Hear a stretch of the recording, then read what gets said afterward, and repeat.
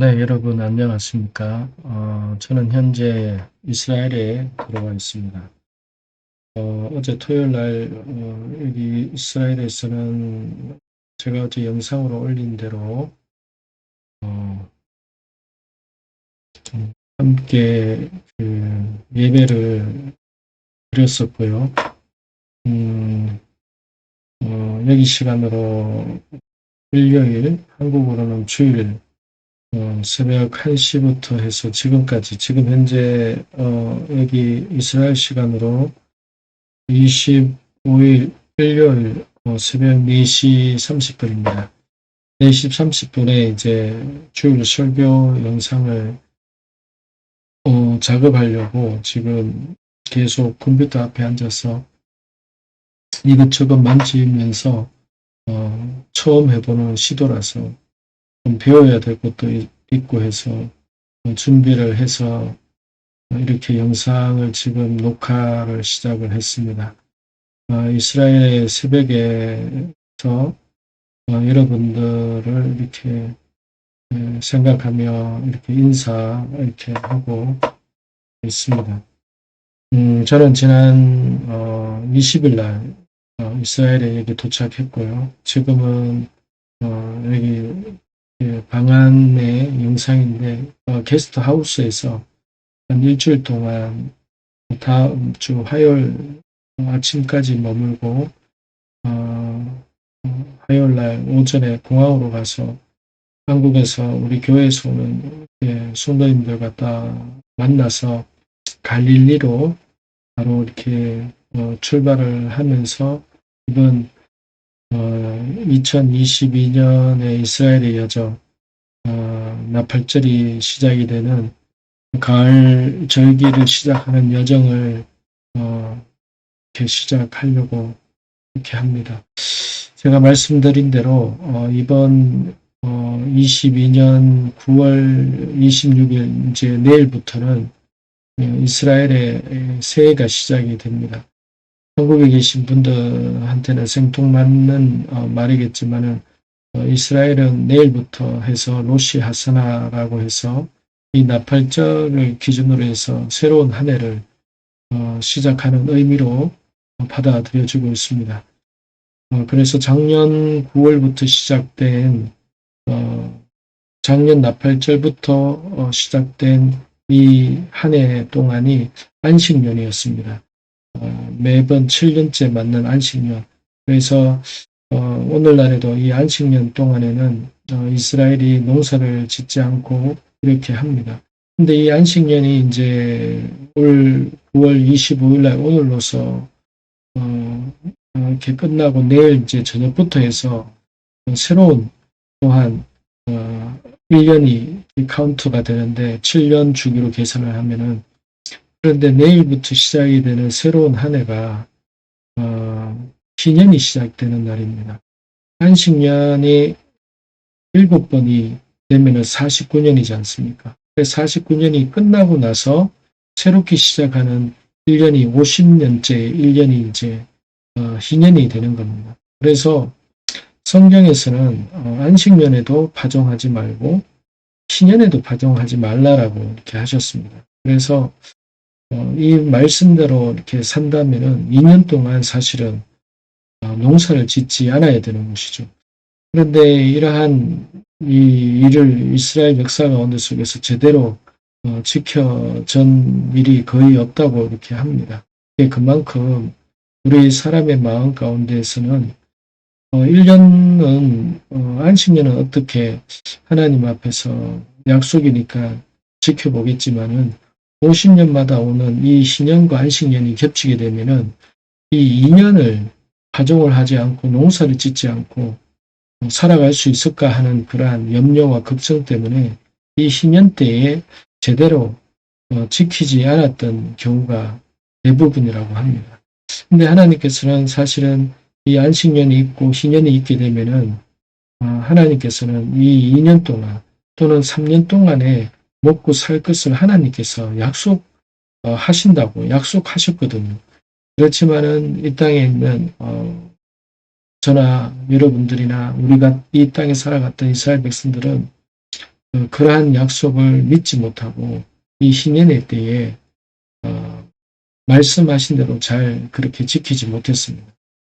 어쨌든 내일부터 이렇게 새로운 한 해가 시작이 되는데 이 새로운 한 해가 시작되는 이 시간 안에 희년이 있습니다. 이 희년이 저와 여러분에게 있어서는 어떤 의미가 있을까 하는 부분을 우리가 한번 생각해 보기 원합니다. 이 희년은 성경에 보면 모든 빛이 탕감이 되는 해이고 노예로 살았던 사람들도 50년째가 되면 노예에서 해방되는 날입니다.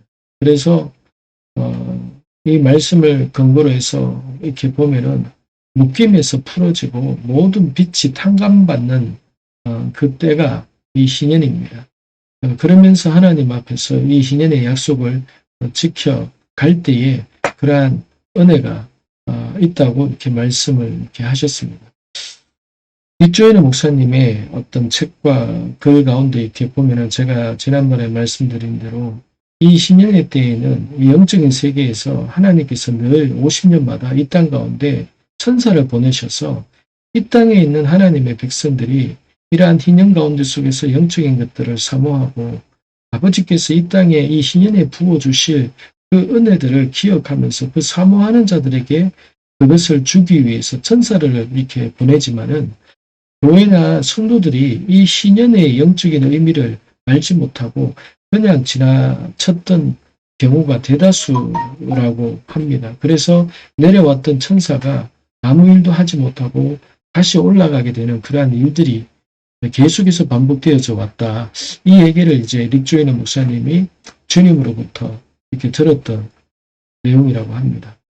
그러면은 이 희년을 맞이하게 되는 저와 여러분에게 있어서 이 희년은 하나님의 절기고 하나님의 약속이고 하나님의 계획이고 하나님의 축복이지 않습니까? 이 50년마다 한 번씩 오는 이 희년인데 이 땅에 살아가는 사람의 인생 가운데 속에서 어쩌면은 한 번 또는 두 번 정도 맞게 되는 희년입니다. 우리의 인생 가운데 어떤 사람은 한 번, 어떤 사람은 두 번 정도 딱 맞게 되는 이 희년이 하나님이 우리에게 주시고자 하시는 그런 영적인 의미가 있다면은 여러분 한번 잘 생각해 보시기 바랍니다. 내일부터 시작이 되는 새로운 이 한 해 동안에 그 1년이 내일부터 시작되는 이 새로운 1년이 하나님께서 우리에게 뭔가를 하시고자 뭔가를 주시고자 하시는 그러한 축복의 신년이라면 그 1년이라면 저와 여러분들이 내일부터 시작되는 이 한 해 동안을 하나님 앞에서 어떤 기대와 어떤 마음과 어떤 생각으로 살아가야 되겠습니까? 하나님은 반드시 말씀하신 것을 반드시 이루어 가시는 분이고 하나님은 언약에 따라 행하시는 분이십니다.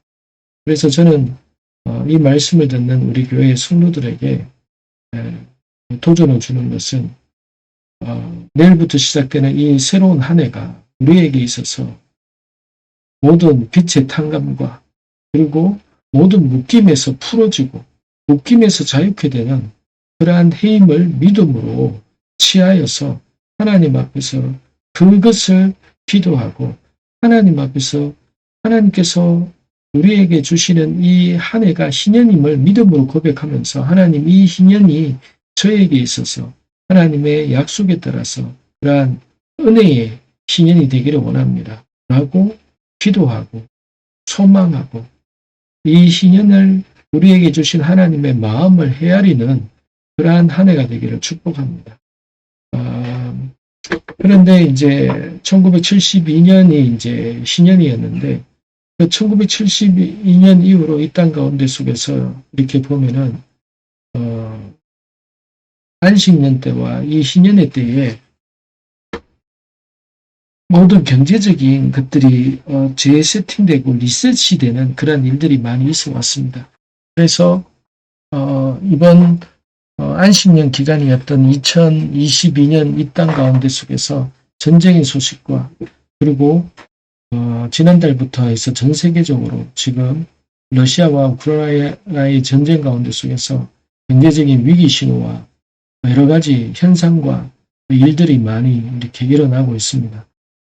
그래서 우리가 이러한 부분들을 하나님 앞에서 기억하면서 아까 말씀드린 대로 계속해서 우리는 아버지의 마음을 구하고 아버지의 뜻을 구하면서 하나님께서 이 땅 가운데 속에서 풀어놓는 하나님의 계획 안에서 우리는 언제나 하나님의 뜻을 생각하고 아버지의 뜻을 구하면서 하나님의 시간 안에 서게 되는 그러한 삶이 되기를 축복합니다. 지금까지 우리가 세상의 달력과 내 시간표에 맞춰서 살았다면 이제는 앞으로는 하나님께서 하시고자 하시는 그 시간을 우리가 기억하면서 이때에는 이 시기에는 하나님께서 무엇을 하시려고 이러한 일들이 일어나는 것일까? 이런 부분들을 기억하고 기도하고 성령님께서 우리에게 가르쳐 주시는 대로 우리에게 허용하시는 대로 그것을 누리고 듣고 보고 깨닫는 저와 여러분이 되시기를 축복합니다. 네, 오늘 창세기 23장 말씀인데요. 오늘 창세기 23장 말씀을 함께 보도록 하겠습니다. 창세기 23장 말씀입니다.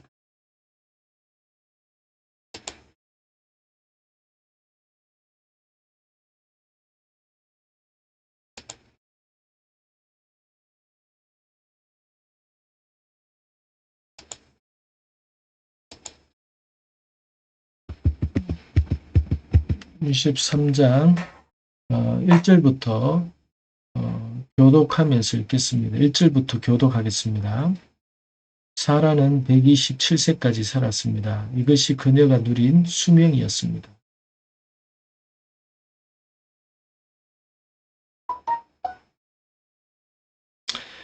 3절 아브라함이 죽은 아내 앞에서 일어나 나와 헷사람들에게 말했습니다.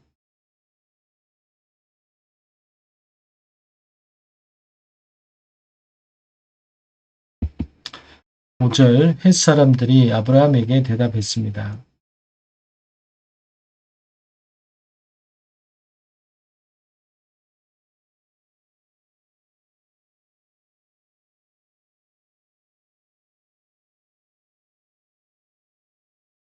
7절 그러자 아브라함이 일어나서 그 땅의 백성들인 헷사람들에게 절을 하며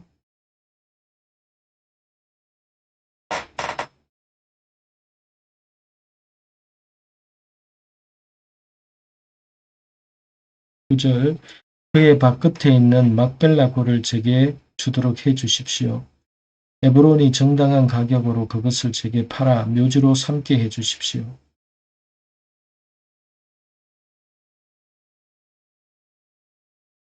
11절 아닙니다. 내 주여 제 말 좀 들어보십시오. 제가 그 밭을 어른께 드리고 그 밭에 있는 굴도 드리겠습니다. 제가 제 백성들 앞에서 그것을 어른께 드릴 테니 어른의 돌아가신 부인을 장사 지내도록 하십시오. 13절 그리고 그 땅의 백성들이 듣는 데서 에브론에게 말했습니다. 만약 당신이 그렇게 하고자 하신다면 제 말을 들으십시오. 제가 그 밭의 값을 치를 테니 제게서 그 값을 받으시고 제 죽은 아내를 거기에 장사 지내게 해 주십시오. 15절 내 주여 들어보십시오. 그 땅은 은 400세겔이 나가지만 저와 어른 사이에 그런 게 무슨 소용입니까? 그냥 어른의 돌아가신 부인을 장사하십시오.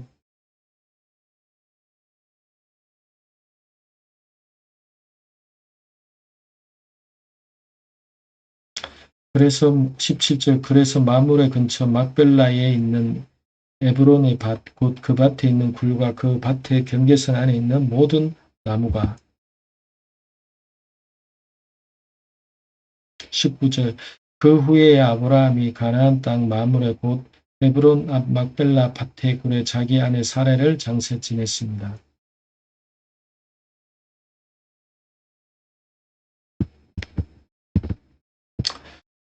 네, 오늘 창세기 23장 말씀입니다. 우리가 지난주에 이제 창세기 22장을 하고 오늘 23장인데 오늘 23장의 말씀은 아브라함의 아내 사라에 대한 묘지를 구입하고 사라를 장사 지내는 이 내용이 전부입니다.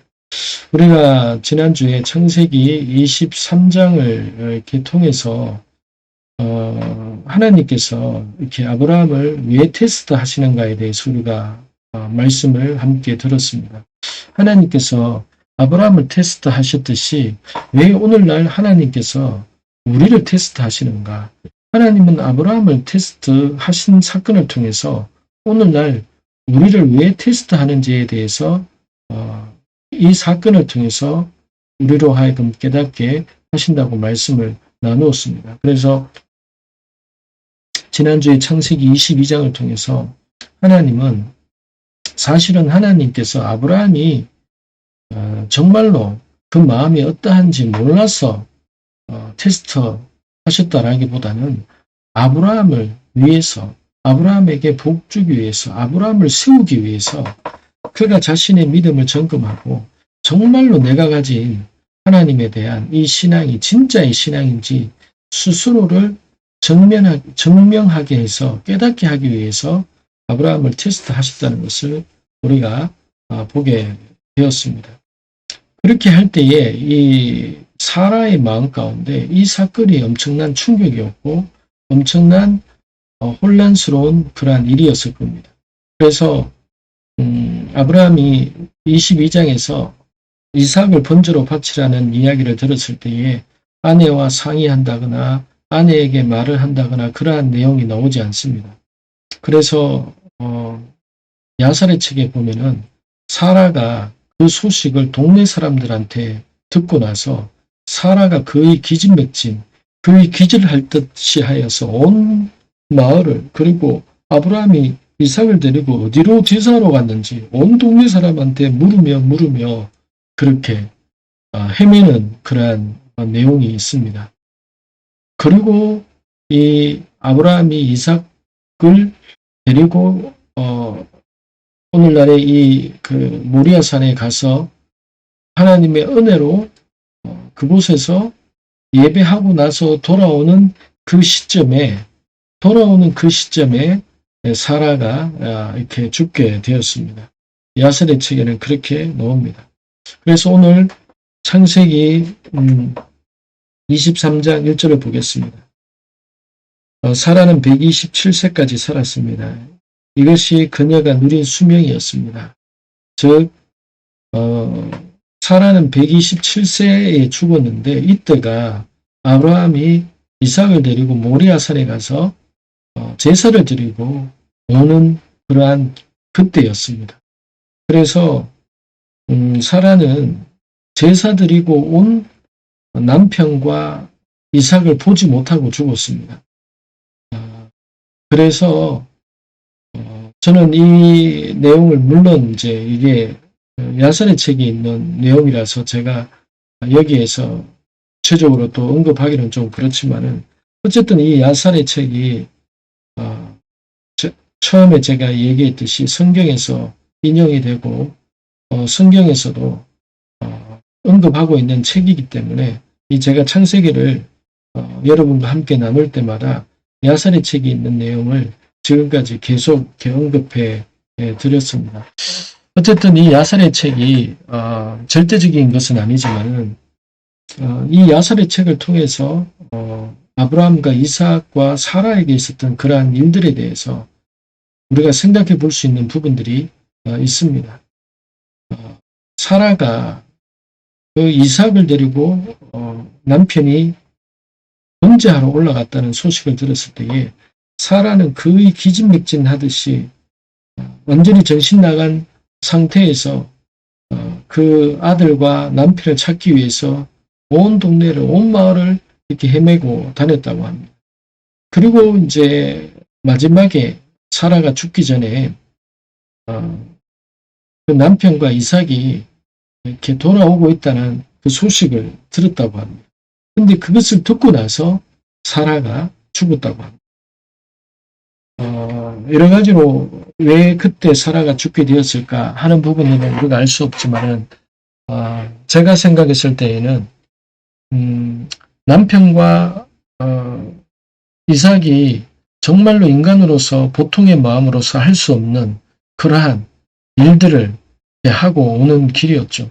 근데 사라는 하나님으로부터 그 음성을 직접 듣지 않았습니다. 그런데 아브라함은 하나님께로부터 그 음성을 들어서 이삭을 데리고 갔던 것이고, 정말로 하나님의 그러한 은혜와 하나님께서 살아계심을 그곳에서 체험하고, 또한 이삭 본인도, 이삭 아들도 그것을 눈으로 보고 귀로 들으면서 자신이 어떠한 과정을 겪었는지를 간증을 가지고 내려오는 상황이었겠지만은, 사라의 입장에서는 어떤 의미가 되겠습니까?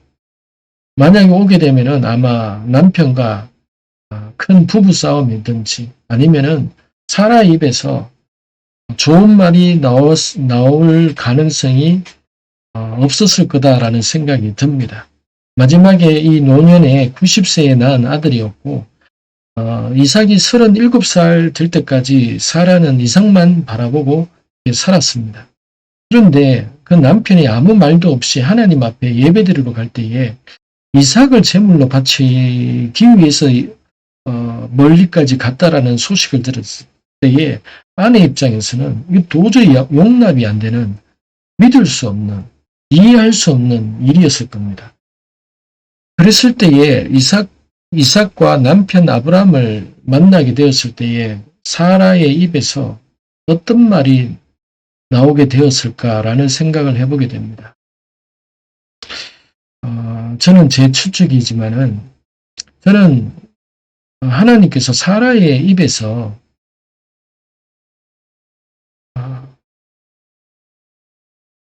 하나님께서 은혜를 베푸시고 하나님께서 행하신 그 일들에 대해서 사라의 입에서 험한 말이 나오지 않기를 원하지 않으셨을까라는 생각을 해봅니다. 그래서 사라가 왜 그 시점에 아브라함과 이삭에게 있어서는 슬픈 일이지만은 예배하고 돌아오는데, 또 어떤 특별한 예배였죠. 그 예배를 하고 돌아오는데 아내가 죽었다라는 소식이 한편에서는 너무나도 기쁘고 아내에게 나눌 이 간증이 있었는데, 하나님께서 어떻게 이 일을 행하셨는지에 대해서 나눌 간증을 가지고 내려오는데 아내는 죽고 있다라는 이 상황을 맞이하게 되었을 때에 아브라함과 이삭에게는 이것이 또한 얼마나 충격이고 아픔이고 슬픔이었겠습니까? 그런데 그럼에도 불구하고 그 시점에 사라가 죽게 된 그 이유와 원인은 우리는 알 수 없지만은, 제 마음 가운데는 하나님께서 사람의 생명을 하나님께서 그렇게 주관하시고 또 허용하시고, 그런 관점에서 보았을 때에 사라가 왜 그 시점에서 죽었어야 했을까라고 생각했을 때에 저는 하나님께서 사라의 입을 닫게 하신 게 아닐까라는 생각을 해봅니다.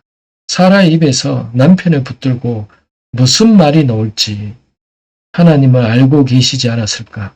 그래서 하나님은 한평생을 남편을 따라서 계기 되어서 이방인으로서 가나안 땅에 와서 헌신하고 살아갔던 그 사라가 그의 마지막의 삶 가운데 속에서 그의 입술에서 하나님이 기뻐하시지 않는, 하나님이 원치 않는 그러한 말을 하기를 원치 아니하셨을 거라고 생각합니다.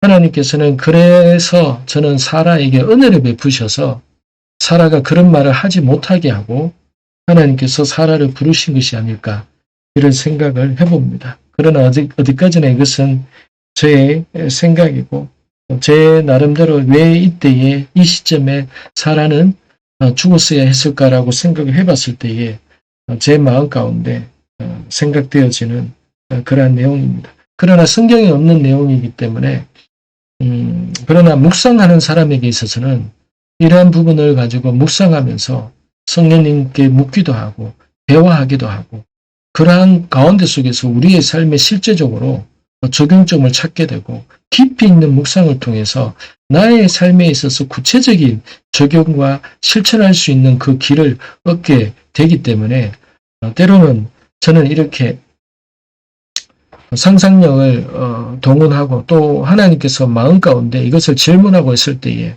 내 마음 가운데 어떠한 마음을 주시는지 그러한 것을 가지고 여러분들하고 이렇게 나누었습니다.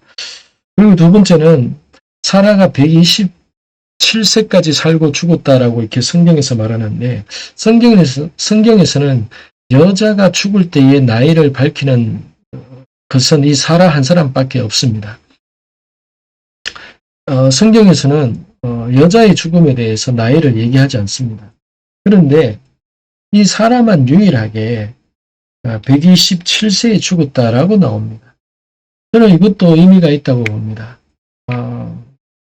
사라가 열국의 의미이지 않습니까?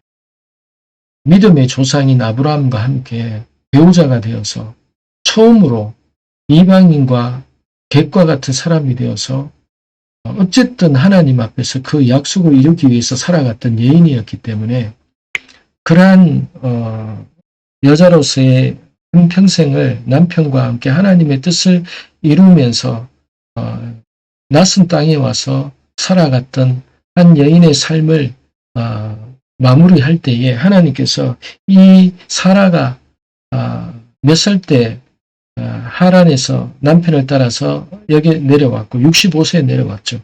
그리고 127세까지 살았다. 그러니까 인생의 절반을 나그네로서 살았던 겁니다. 인생의 절반을 하나님의 그런 약속을 기다리며 하나님의 말씀을 계속해서 기다리면서 살아갔던 여인이었던 겁니다. 그래서 저는 이 사라의 나이를 유일하게 여기서 기록한 이유가 바로 여기에 있지 않을까라는 생각이 듭니다. 하나님께서 이 사라를 데려가셔야 했지만은 하나님께서 마음 가운데 이 사라의 열국의 의미로서의 수고하고 애썼던 그것을 하나님께서 이 땅에 있는 저와 여러분들에게 기억하기를 원하신다고 저는 믿습니다. 그렇기 때문에 이 사라가 이 땅에 와서 몇 년간을 하나님 앞에서 약속을 기다리며 살았는지를 우리로 하여금 기억해 주기를 원하신다는 사실입니다. 여러분, 여성 여러분, 여러분들은 위대한 그러한 여성들입니다. 하나님 앞에서 이 사라처럼 인생의 절반을 하나님 나라를 위해서 하나님의 말씀을 따르고 그 약속의 말씀을 기다리기 위해서 자신의 인생의 절반을 헌신하고 순종하고 말도 되지 않는 환경 가운데 속에서 기다리며 묵묵하게 이렇게 살아왔던 이 여인의 삶,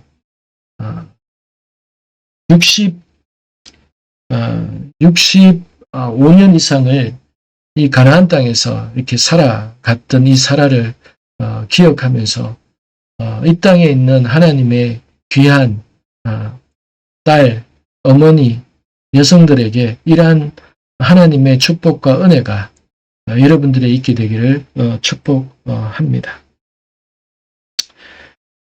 2절을 보겠습니다. 그녀는 기랏 아르바 곧 가나안 땅 헤브론에서 죽었습니다. 아브라함이 가서 사라를 위해서 슬퍼하며 울었습니다. 3절 보겠습니다. 아브라함이 죽은 아내 앞에서 일어나 나와 햇사람에게 말했습니다. 4절 저는 여러분들과 함께 사는 이방 사람이며 나그네입니다. 죽은 제 아내를 장사 지낼 수 있게 여러분의 땅을 제게 좀 나눠주십시오. 사라가 죽었을 때에 사라가 죽었던 그 시기에 아브라함이 살았던 곳이 헤브론이었습니다. 창세기 13장에 보면은 아브라함이 롯과 헤어지고 나서 아브라함이 내려와서 살았던 곳이 바로 이게 헤브론이었습니다. 그래서 헤브론에서 살다가 또 밑지방으로 내려가서 살았고 거기에서 살다가 이삭이 태어날 시점에 헤브론에 다시 와서 그때부터 지금까지 헤브론에서 이렇게 살았던 것입니다. 그래서 아내가 사라가 이 헤브론에서 죽었을 때에 이스라엘의 장례 문화는 이렇게 대대로 이렇게 자연적으로 이렇게 썩게 해서 뼈만 남았을 때에 그 뼈를 모아서 또 그 후손의 뼈도 그렇게 해서 자연적으로 썩으면은 뼈를 동굴 안이나 이런 곳에서 계속해서 차곡차곡 모아두는 그러한 매장 문화입니다. 그래서 사람이 죽게 되면은 멀리 있으면은 원래 살았던 고향으로 가서 이렇게 묻지를 못합니다. 그래서 임시로 그 주변에 있는 동굴이나 동물들이 그렇게 시신을 훼손하지 않을 수 있도록 동굴이나 아니면 동굴이 없으면은 돌을 쌓아서 그렇게 동물로부터 보호해서 그렇게 한 1년이나 2년 동안을 자연 부패하게 해서 맨 마지막에 뼈만 남으면은 그 뼈를 가지고 자기 고향에 가서 고향 가족 묘에 이렇게 넣어 놓는 것이 이스라엘의 장례 문화입니다. 그래서 아브라함은 가나안 땅에 와서 처음으로 살면서 처음으로 이렇게 장례가 생겼던 겁니다. 그래서 이 헤브론에서 가족의 묘실을 처음으로 이렇게 만들게 된 것이죠. 근데 4절에서 아브라함이 자기 자신에 대해서 자기 가족에 대해서 무엇이라고 표현하는지 다시 한번 보시기 바랍니다. 저는 여러분과 함께 사는 이방인이며 나그네입니다. 이렇게 표현하고 있습니다. 여러분, 이방 사람이며 라는 말은 나그네입니다. 이방 사람이며 나그네입니다. 이방 사람이라는 이 뜻은 게르라는 히브리어 원어에 보면 게르라고 나와 있습니다. 제가 다시 한번 정확하게 원어를 다시 한번 보겠습니다. 네, 게르입니다. 게르고 그 나그네라는 히브리의 뜻은 토샤브입니다. 게르는 이방이라는 뜻은 외국인이라는 뜻입니다. 자기의 고향과 자기의 고국을 떠나서 살아가는 사람을 게르, 외국인, 이방 사람이라고 얘기를 하고, 나그네는 일정한 주거 지역에서 살지 않는 사람, 그리고 목적 없이 계속해서 그렇게 어떤 방향을 향해서 나아가는 사람을 이렇게 나그네라고 이렇게 합니다. 그런데 아브라함이 여러분 하란에서 가나안 땅에 내려왔을 때에 75세였고 우르에서 떠났을 때는 훨씬 그 이전이었을 겁니다. 어쨌든 간에 아브라함은 75세에 가나안 땅에 들어왔습니다. 그리고 사라는 65세에 들어왔습니다. 그리고 사라는 127세에 지금 죽었습니다. 그러면은 67년을 127에서 65세를 빼면 어떻게 되겠습니까? 35세 62년을 가나안 땅에서 산 겁니다. 여러분, 한 사람이 아브라함과 사라가 62년 동안을 가나안 땅에서 살았다면 이곳이 자기의 집이고 고향이지 않습니까? 그렇게 얘기할 수 있지 않나요? 사람의 인생 가운데 속에서 절반을 어떤 다른 곳에서 살았다면 그곳이 물론 자기의 출생지가 따로 있고 할지라도 심적으로 마음으로는 이제 내가 여기가 고향 같다. 여기가 내 집 같다. 이렇게 느끼거든요. 제가 선교지에서 있다가 한 3년 정도 있다가 한국에 들어오면은 다시 빨리 선교지로 가고 싶은 마음이 들었습니다.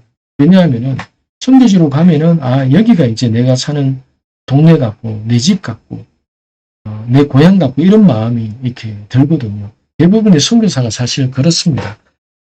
선교지에 나가서 그곳에서 그 나라에서 몇 년을 살게 되면은 그것이 익숙해지고 그 언어와 문화와 사람들과의 그러한 관계 때문에 그 환경이 너무나도 익숙해져서 그곳에 완전히 토착화되게 되어 있습니다.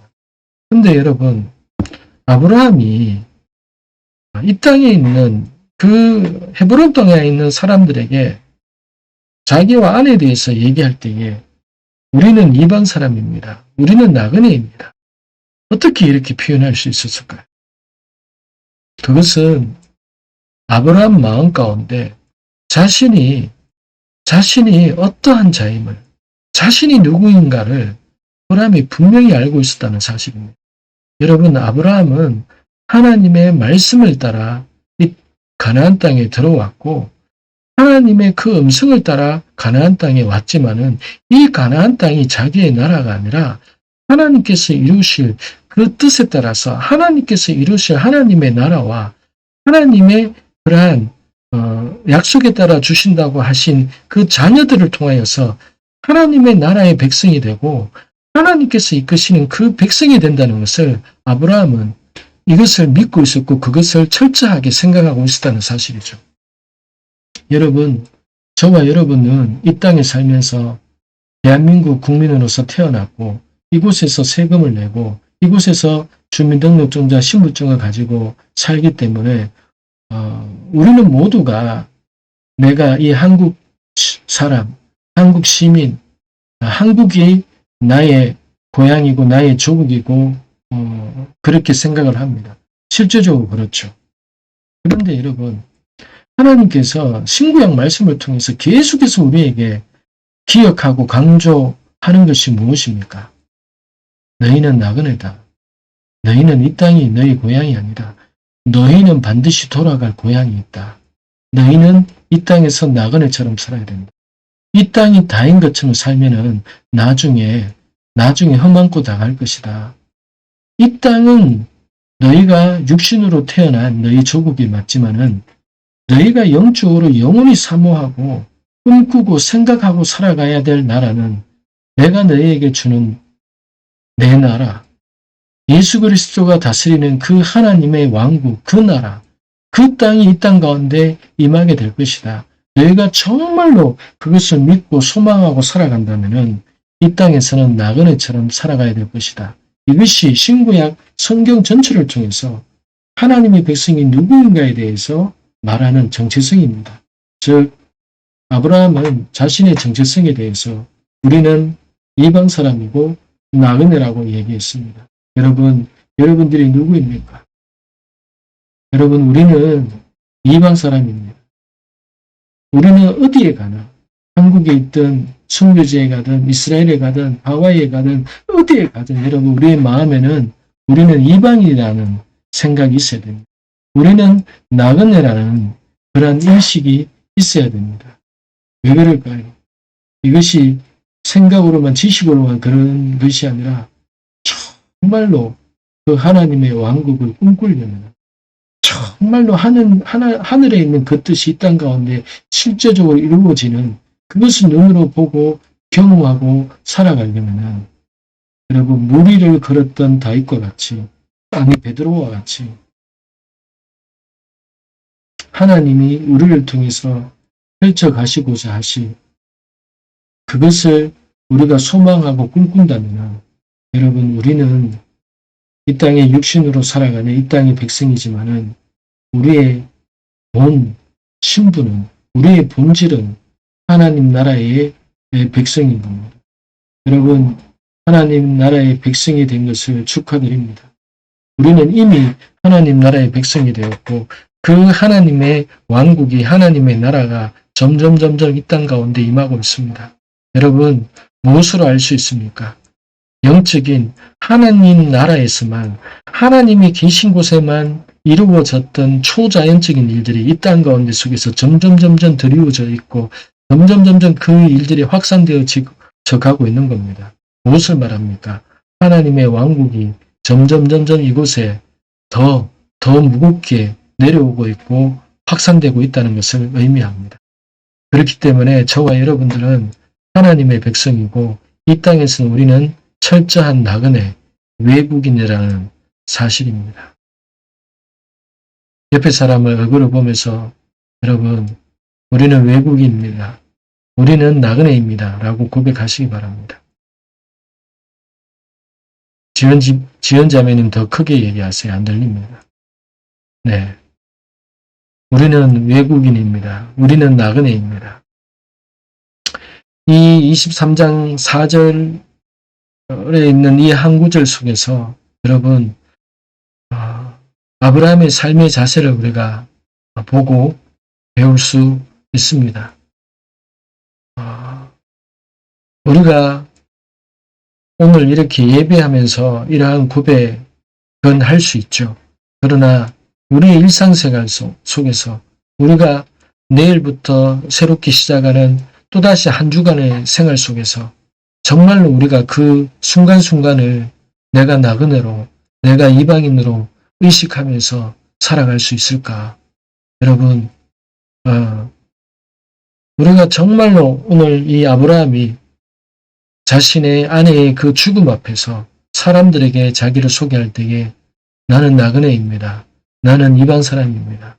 여러분, 우리가 사람을 대하든지 어떤 일을 대할 때에 뭐 사업을 하든 직장 생활을 하든 무엇인가를 할 때마다 마치 이 땅에 있는 사람처럼, 마치 이 땅에 있는 사람들이 살아가는 방식과 생각과 요구하고 싸우고 쟁취하고 바둥바둥 그러면서 살아가는 그러한 사람들의 모습과 똑같은 모습으로 그렇게 살아가서는 안 될 줄로 믿습니다.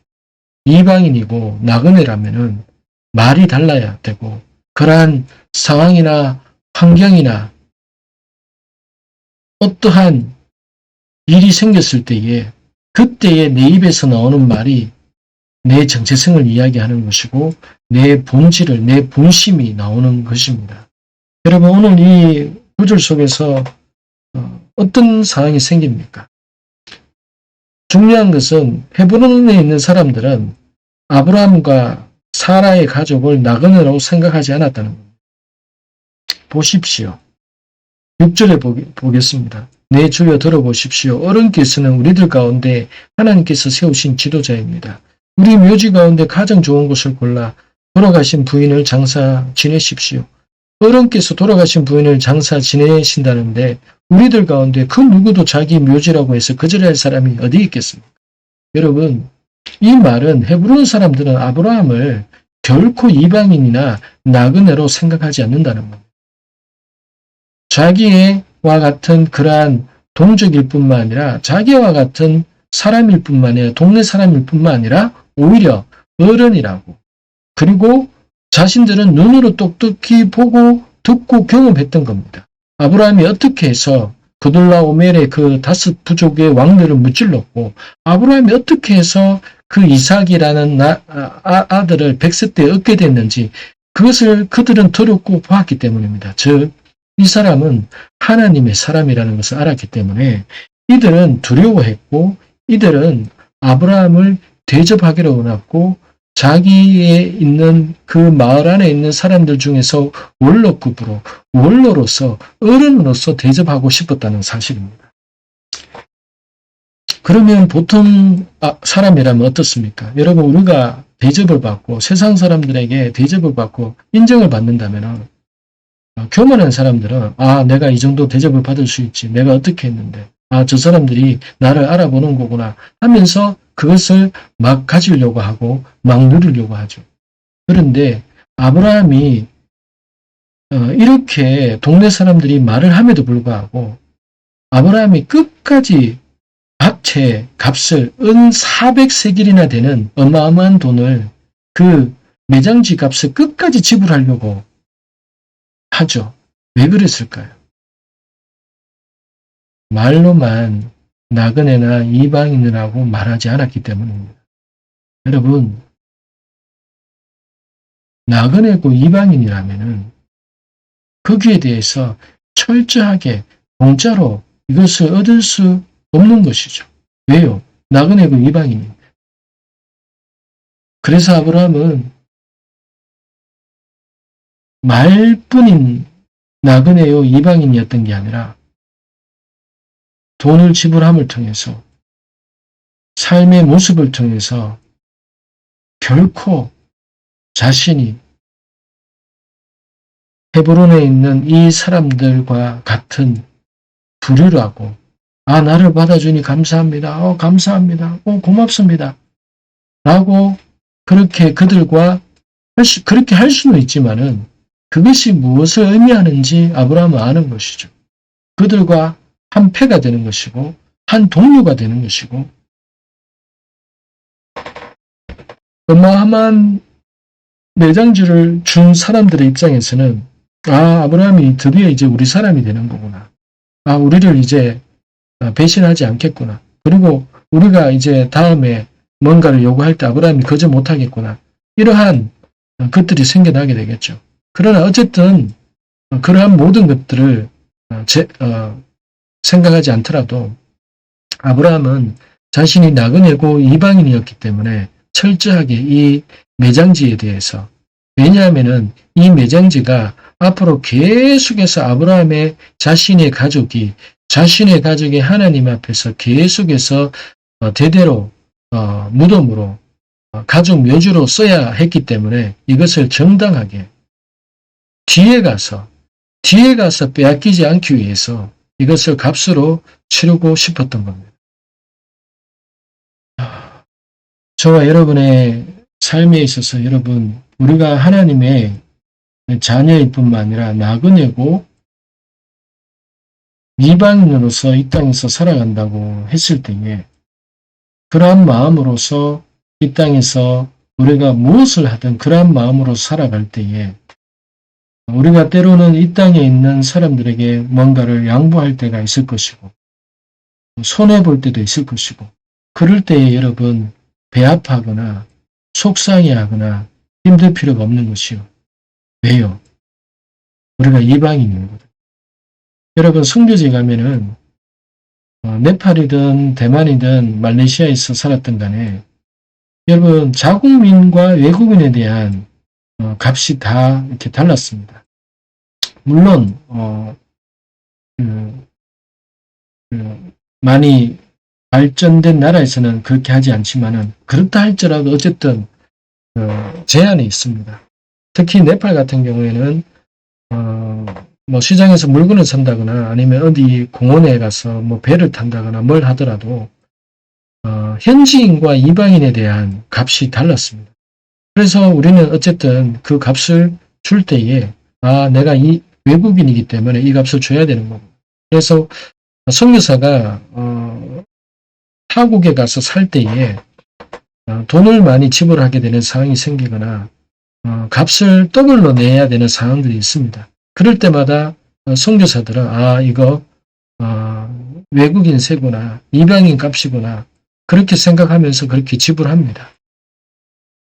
여러분 만약에 우리가 이 땅에 살면서 여기에 있는 사람들이 생각하는 방식과 요구와 바둥바둥하면서 싸우고 여기에 있는 모든 것을 내가 더 많이 가지기 위해서 그렇게 애쓴다면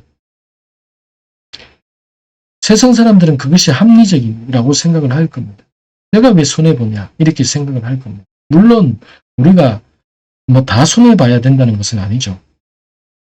그러나 여러분 우리가 하나님의 자녀일 뿐만 아니라 하나님께서 우리에게 우리가 하나님의 왕국의 백성이고 하나님의 사람이기 때문에 때로는 우리가 이 땅에 있는 사람들보다 우리가 포기하거나 우리가 누리지 못하거나 우리가 다 할 수 있지만은 다 하는 것이 우리에게 유익이 되지 않을 때에는 하나님께서 우리에게 때로는 포기해라, 내려놔라 이렇게 하실 때가 있는 것이죠.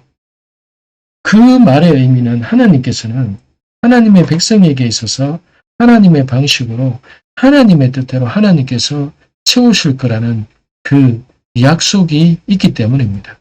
여러분 아브라함과 사라가 이방인으로서 살았지만 가나안 땅에 아브라함과 사라가 가난하게 살았습니까? 절대로 그렇지 않습니다. 막벨라 굴을 은 400세겔을 제값을 주고 다 이렇게 지불할 정도로 아브라함은 돈이 많았습니다. 이방인으로 살았고 외국인으로서 살았지만은 그러나 그가 가난하게 살았다고 성경에 나오지는 않습니다. 그러나 중요한 것은 삶에 있어서 모든 면에 있어서 하나님의 왕국의 백성으로서 그렇게 그가 살아갔다는 것이죠. 저와 여러분의 삶에 있어서 바로 이러한 삶의 원리로서 살아가게 되는 그러한 축복이 있게 되기를 축원합니다.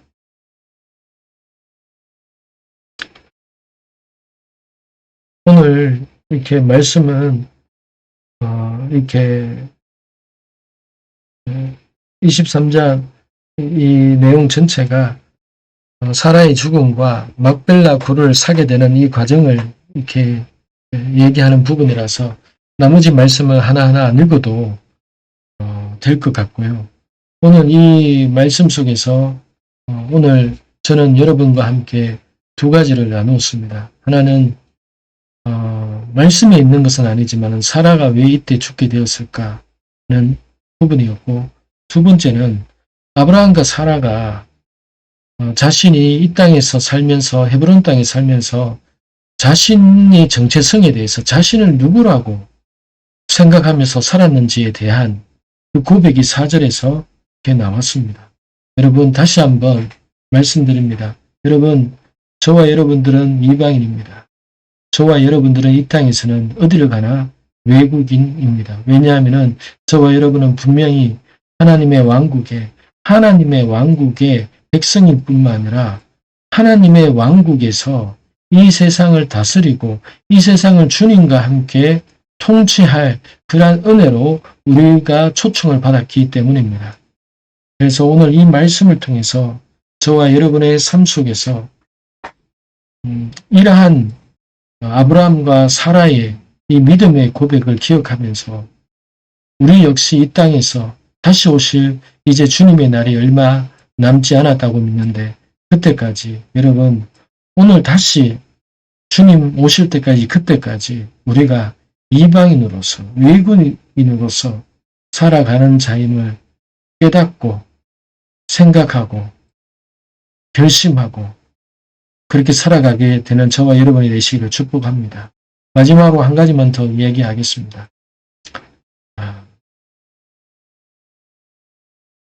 히브리서에 보면은 이러한 아브라함이나 믿음의 조상들이 약속을 받았지만은 그 약속을 보지 못하고 죽었다라고 이렇게 표현합니다. 아브라함과 사라 역시도 너의 자손이 바다의 모래와 같이 하늘의 별과 같이 많아질 것이다.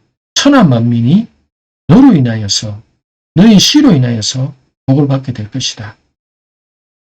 아브라함이 약속을 받았지만은 이삭을 하나 얻는데 25년이 걸렸고, 그리고 이 땅에 대해서 아직도 완전한 자기의 땅으로서 그렇게 가지지 못한 이방인이요 나그네로서 이렇게 살았던 겁니다.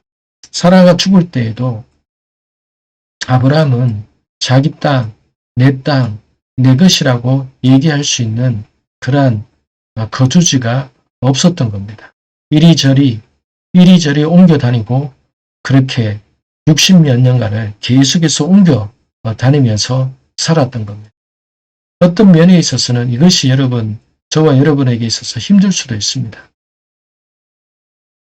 60몇 년을 살았지만은 아브라함이 약속은 있었지만은 그 약속이 100% 이루어져 있는 것들은 보지 못하고 아브라함 역시도 이삭 하나 놓고 나중에 죽게 되었습니다.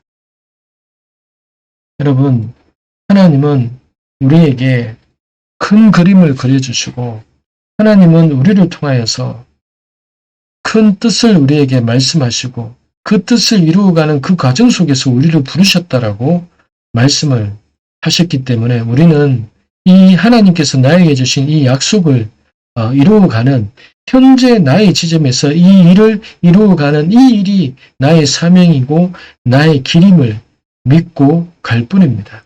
히브리서에서 그렇게 이야기하고 있습니다.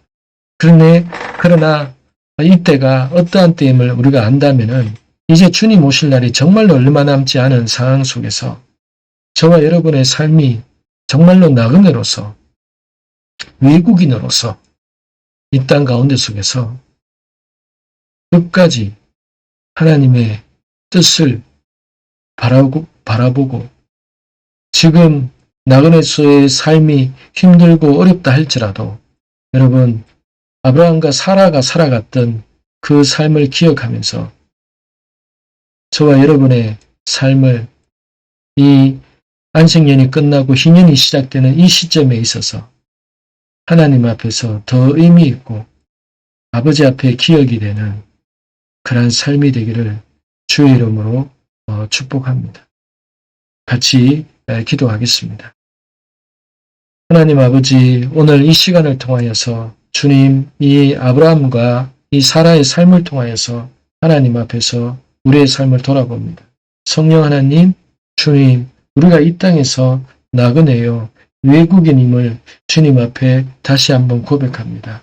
정말로 하나님 앞에서 그러한 믿음으로, 그러한 하나님의 입술의 고백으로서 살아가기를 원합니다. 아브라함과 사라가 아버지여, 주님, 특히 사라가 127세를 살면서 이 가나안 땅에 와서 하나님 62년을 살았지만은 하나님 자신의 삶이 나그네였고 자신의 삶이 한 여인으로서 아버지여 남편 때문에 2번이나 아버지여 이방 땅에 가서 하나님 험한 꼴을 당하고 하나님 수치스러운 일을 당하기도 했고 아버지여 자녀가 없어서 오랜 시간을 슬퍼하기도 했고 주님 괴로워하기도 했고 하나님의 약속을 기다리는 것이 너무나도 하나님의 힘든 그런 시기이기도 했습니다.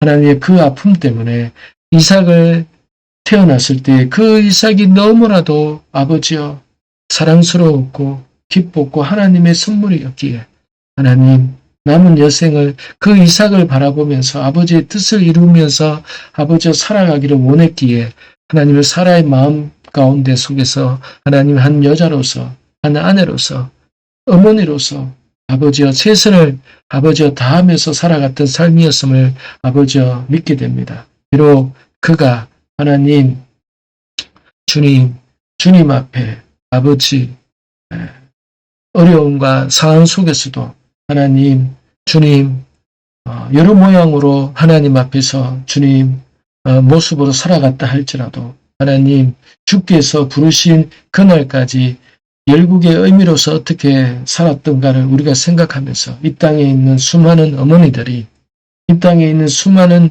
여성들이 이 땅의 수많은 청년들이 하나님의 자신의 삶에 있어서 아버지의 뜻을 기다리고 그것을 아버지와 참고 견디고 애쓰며 살아가는 그러한 아버지와 삶이 하나님 우리의 삶임을 그것이 나그네임을 그것이 아버지의 이방인의 삶임을 기억하며 하나님 앞에서 더 온전히 아버지와 살아가게 되기를 원합니다. 주님 인도하여 주시고 아버지께서 다스려 주시옵소서. 지금은 우리 주 예수 그리스도의 은혜와 아버지 하나님의 크신 사랑과 성령님께서 오늘 말씀을 통하여서 이 땅의 나그네로서 이방인으로서 살아가기를 원하는 모든 우리 성도들에게 지금으로부터 영원토록 하나님의 은혜가 함께 있을지어다. 아멘. 주님 감사합니다. 아버지. 주님.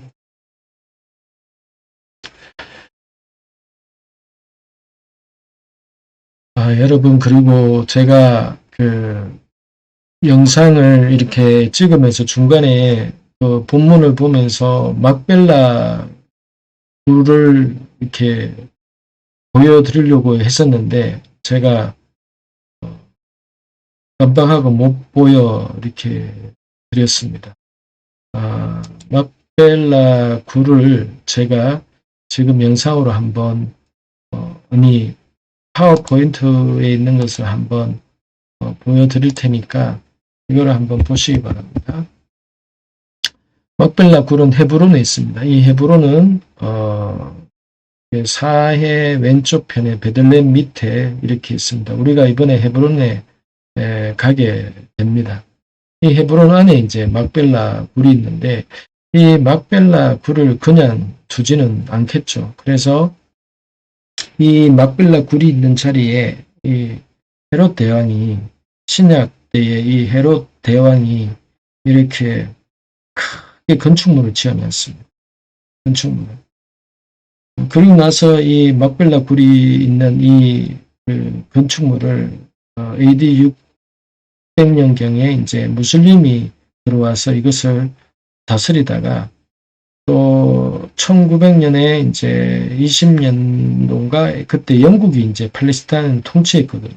또 그때는 또 유대인들도 같이 하기도 했고 또 1100년에서 1200년 때까지는 십자군이 와서 이것을 차지했기 때문에 그때는 또 기독교인이 또 이것을 관리하기도 어쨌든 했었습니다.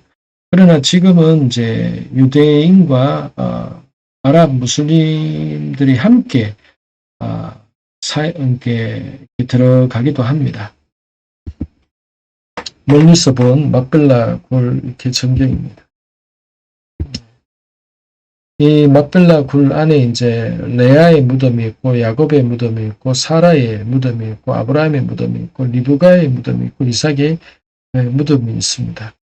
라헬은 베들레헴에 묻혔습니다. 베들레헴 근처에 있는 그곳에서 묻혀 있습니다. 어쨌든